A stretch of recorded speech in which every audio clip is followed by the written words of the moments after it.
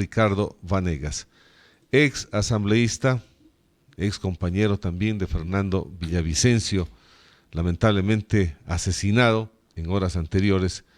¿Qué lectura, Ricardo, le deja la muerte de Fernando Villavicencio en un momento complejo, crítico para el país, en medio de una campaña electoral, a un hecho atípico que se produce aquí en el país? ¿Qué es lo que usted, dentro de su lectura, usted que ha estado cerca de Fernando Villavicencio, ha compartido varios momentos con él en la Asamblea Nacional, qué lectura le deja?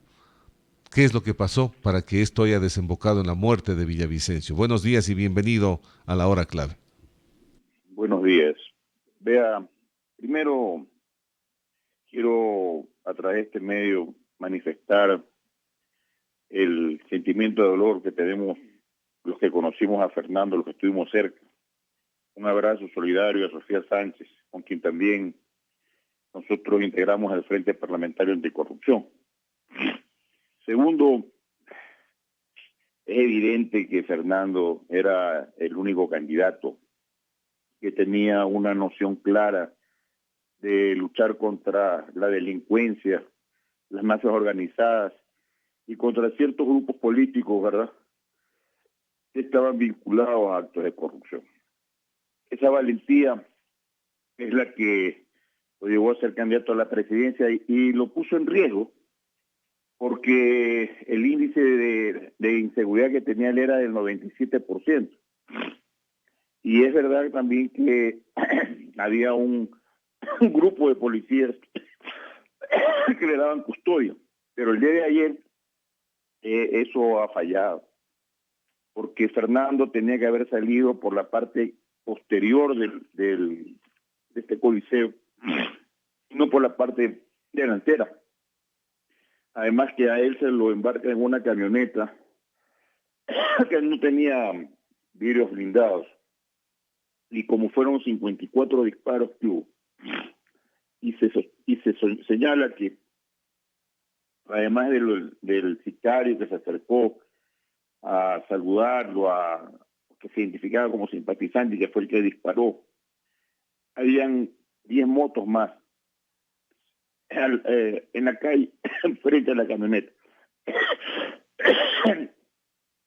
Y por eso es que le produce este hecho fatal que consiste en, hasta donde ayer me dijeron los familiares y quienes estaban en el lugar, porque yo pude estar en el hospital, en el interior del hospital, que Fernando recibió una bala en la sien y 2 balas en la cara.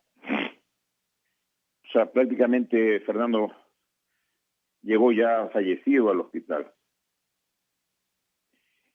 ¿Qué lectura le puedo decir? Es que en el Ecuador hay un estado de inseguridad total. Total. Y que las personas que tienen el valor de enfrentar a los delincuentes son los que más riesgos corren, ¿no? Aquí ha habido un gran descuido de parte del Ministerio del Interior y de la cúpula policial. Yo he pedido el día de ayer al presidente de la República que proceda a pedir la renuncia del ministro. Ojalá el gobierno lo entienda, porque no, lo de Fernando es una consecuencia de otros hechos que han venido pasando en el país. Ahí está también el asesinato del alcalde de Manta. Y también debo recordarles que hubo otros asesinatos de otros políticos, de otros candidatos. Así que el gobierno nacional y sobre todo la policía y el Ministerio del Interior han fallado. Le han fallado al Ecuador y han apagado la vida de alguien que fue valiente para enfrentar a la delincuencia y que para muchos él estaba segundo en las encuestas y tenía posibilidades de ser elegido presidente de la República. Es lo que le puedo decir. Todos estamos muy consternados. Creo que el Ecuador en general ha amanecido de luto y ha amanecido impotente frente a un hecho como este que ha ocurrido. Ricardo, frente a lo que usted menciona, de todo un trabajo investigativo del Frente Parlamentario Anticorrupción que conformaron en la etapa que les tocó compartirla en la Asamblea Nacional. Dentro de tanta denuncia presentada por Villavicencio, y manifestó también que tenía otras denuncias más. ¿Usted qué cree que tras de esto estaban toda ese bagaje de denuncias que presentó Fernando Villavicencio, que lo había hecho público en diferentes medios de comunicación? Había el tema de que de pronto tocó algún punto sensible de la parte política, del narcotráfico, de estas bandas organizadas, para que hayan devenido en el asesinato de Fernando Villavicencio y que también haya tenido que ver con el tema de la campaña electoral que se estaba dando en el país o que se está dando en el país. A ver, quiero recordarle que el Frente Parlamentario presentó varias denuncias contra varias personas vinculadas a la narcopolítica. No fue una, fueron varias. Y el Ecuador conoció de las mismas. Además, también se denunció actos de corrupción de políticos. Nuestras denuncias siempre fueron muy técnicas y muy objetivas, con abundantes pruebas. La Fiscalía ha iniciado inclusive indagaciones previas de producto de esas denuncias. ¿Qué le puedo yo señalar? Cualquiera de los que estaban involucrados en esos actos pueden ser los que están atrás de esta decisión fatal de asesinar a Fernando. El gobierno, que ya tiene claras las cosas, debería tomar la precaución también de darle protecciones a quienes hemos tenido el valor de enfrentar a la delincuencia y de señalarlos. Pero apenas dejamos de ser asambleístas, nos quitaron a nosotros la seguridad. O sea, quiero señalarle que esto es una cosa que la policía lo sabe, ¿ya? Pero ellos que hacen estudios de inteligencia debieron haber precavido lo que estaba pasando, porque no es que no sabían, ellos sabían y sabían quiénes podían ser, porque cuando se hacen la ubicación de la seguridad, ellos hacen estudios y presumen quiénes pueden estar atrás de esto. Es que la policía lo sabía, el gobierno lo sabía. Así que, ¿qué le puedo decir yo? Esto es un problema que evidentemente ha habido por parte de los encargados, de los responsables. No ha habido la atención adecuada para el tema. Y yo me temo, y lo tengo que decir, a lo mejor Fernando no va a ser el único político al que van a asesinar, porque hay un estado en el que estamos nosotros casi igual a la Colombia de 1990. Están matando a políticos que son opositores a determinados grupos y que definitivamente no les son simpáticos a los grupos delincuenciales.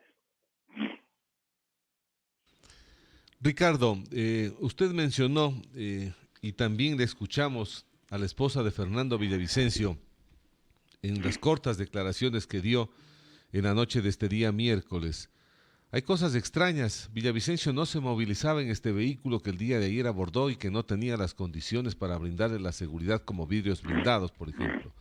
Normalmente él andaba en otro vehículo. ¿Qué pasó con este vehículo? Claro, ¿Por qué no estuvo en ese vehículo? ese vehículo llegó al lugar 2 minutos después de producidos los hechos. Mire, desde la época en que Fernando era asambleísta y con quien yo compartí, él tenía un anillo de seguridad que en ese momento era solamente de, me parece, 4 policías.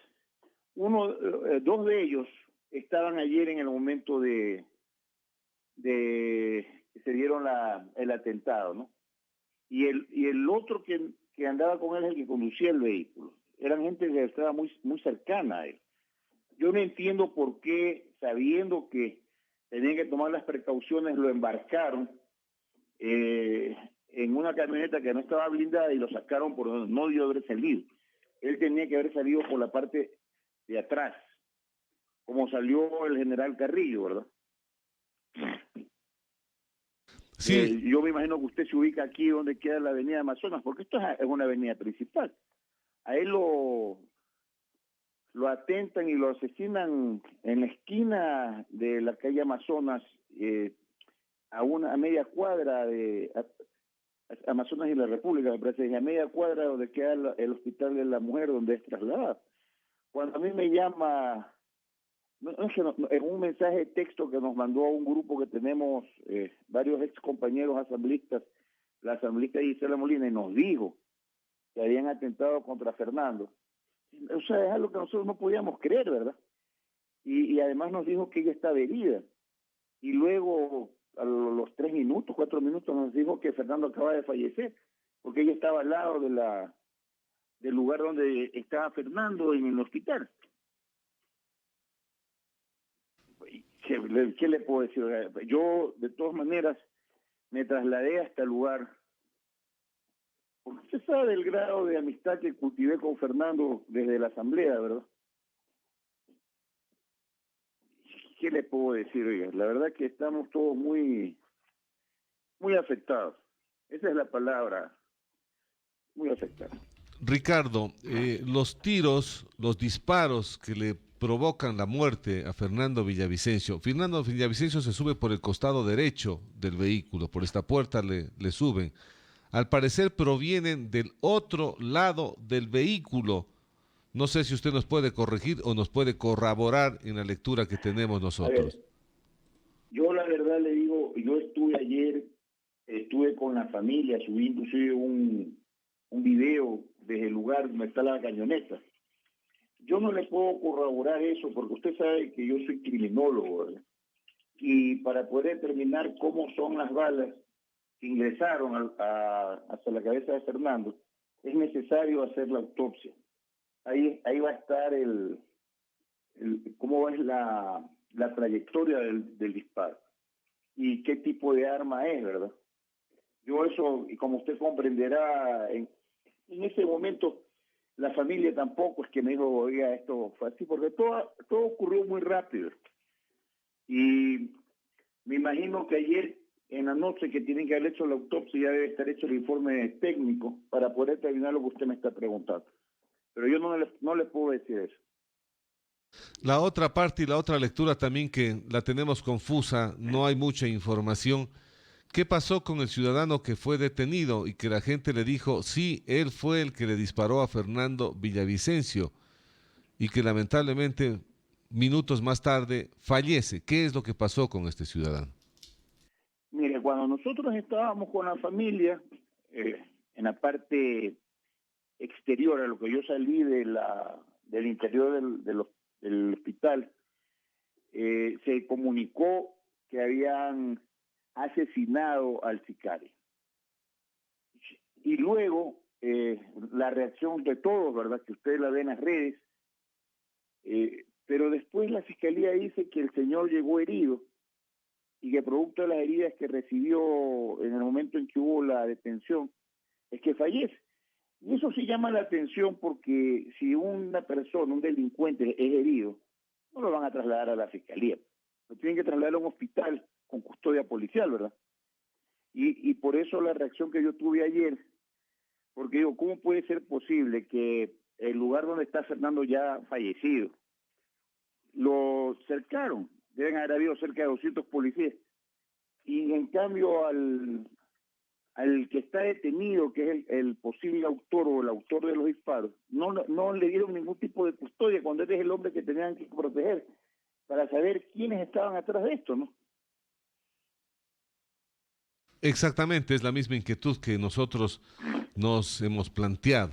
Ahora, ¿qué es lo que viene con de aquí en adelante, Ricardo, hablando ya del tema?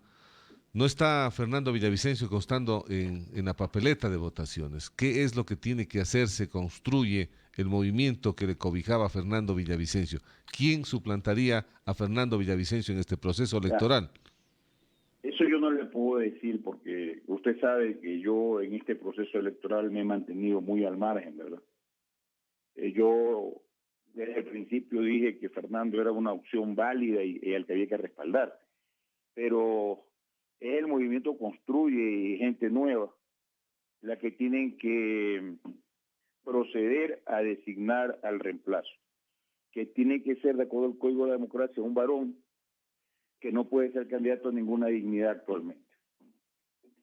Así que esa es una decisión que tienen que tomar ellos, ¿no? Y que deberán hacerlo, porque tampoco es correcto que otros candidatos aparezcan producido este tema a decir que a la militancia que está con la amistad 25, que voten por ellos, ¿no? Eso me parece una cosa totalmente descomedida e inoportuna. El movimiento 25 lo que tiene que hacer es sacar su candidato, poner el reemplazo. Pero eso sí ya habría que preguntarles a ellos. Ricardo, y con la declaratoria del presidente de la República durante 2 meses de este nuevo estado de excepción en el país, ¿usted cree que cambie todo este marco de inseguridad que tenemos en el país cuando ya hemos visto una cantidad grande de estados de excepción que no han dado ningún resultado? La respuesta la acaba de dar usted mismo. No sirve de nada. Yo no sé para qué quieren estado de excepción. Lo primero, cuando usted quiere resolver un problema de un hecho que no funciona, lo que tiene que hacer es cambiar las cabezas. Porque alguien tiene que ser responsable. Ya cuando falleció el alcalde de Manta, debieron haber cambiado al ministro del Interior y a la cúpula de la policía. Era el momento oportuno. Ahora es tarde, pero tienen que hacerlo. Si no lo hacen, ya queda en la mente abierta para que nosotros pensemos como ecuatorianos cualquier cosa, ¿no? Pero ese es lo que él tiene que hacer. El gobierno ya no puede seguir con esto. No es que la inseguridad nace del encargado de hacer el control. Quedan un montón de interrogantes flotando. Ojalá que el gobierno logre y la fiscalía logre darnos respuestas urgentes a la población ecuatoriana. ¿Cuál fue el móvil de este asesinato? Dicen que hay 6 personas que están detenidas de momento, lo dijo el presidente de la República, vinculadas a este hecho. Así lo escuché igual que usted. Yo no he podido dormir bien hoy día, ¿no? Se comprenderá. Así lo escuché. Ojalá se sepa lo que realmente está atrás de esto, ¿no? Aunque ya yo le estoy diciendo, es la delincuencia organizada y a lo mejor partidos políticos que querían callar a Fernando. Le agradezco, Ricardo, y le presentamos nuestra solidaridad también. Sabemos que usted estaba muy cercano en el trabajo que conformaron un equipo dentro de la Asamblea Nacional. Lamentamos como el que más estos hechos. Nosotros también hemos estado muy conmovidos luego de la información que tuvimos ya en horas de la tarde del día de ayer. No encontramos explicaciones sobre esta situación violenta que priva la vida de un candidato y de un ser humano que lo que ha hecho es llegar a fiscalizar en este país. Lamentamos esta muerte y que ojalá el Estado nos devuelva y nos dé claridad de qué mismo es lo que está pasando. Muchas gracias, Ricardo. Gracias a usted, pero usted tiene mucha esperanza en este gobierno. Pase bien. Hasta luego. Gracias a Ricardo Vanegas, ex asambleísta. No es que yo tenga esperanzas en este gobierno, no tengo ninguna. Ya la demostración más clara que esto, ¿a dónde? La gente igual ha pedido, hemos clamado, hemos dicho en nuestros espacios informativos. Pero ¿a quién podemos pedir ayuda este rato? ¿Quién es el presidente? Lasso, pues. Claro, Guillermo Lasso. ¿A quién podemos pedir? A Lasso, pues. No podemos pedir ayuda al presidente Petro en Colombia. ¿Cómo vamos a ir a pedir ayuda si él no es el presidente del Ecuador? Claro, imposible. No podemos pedir ayuda a los Estados Unidos si es que ellos no están gobernando este país. Y mientras él siga, tenemos que seguir insistiendo. Pues ¿quién tiene que dar respuestas? El próximo gobierno todavía está por verse. No sabemos ni siquiera quién vaya a ser el presidente o presidenta de este país. No sabemos. Y para que esto llegue también falta un camino largo por recorrer. Pero el país exige un baño de verdad. Y como medio de comunicación exigimos un baño de verdad. No podemos seguir nadando